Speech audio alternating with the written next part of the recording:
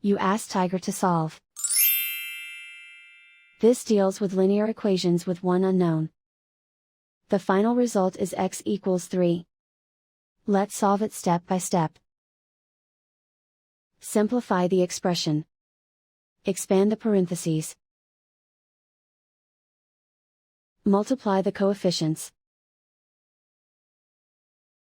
Simplify the arithmetic.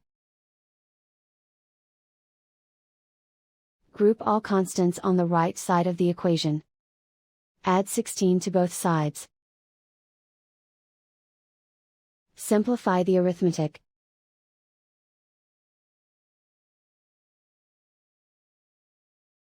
Isolate the x. Divide both sides by 10.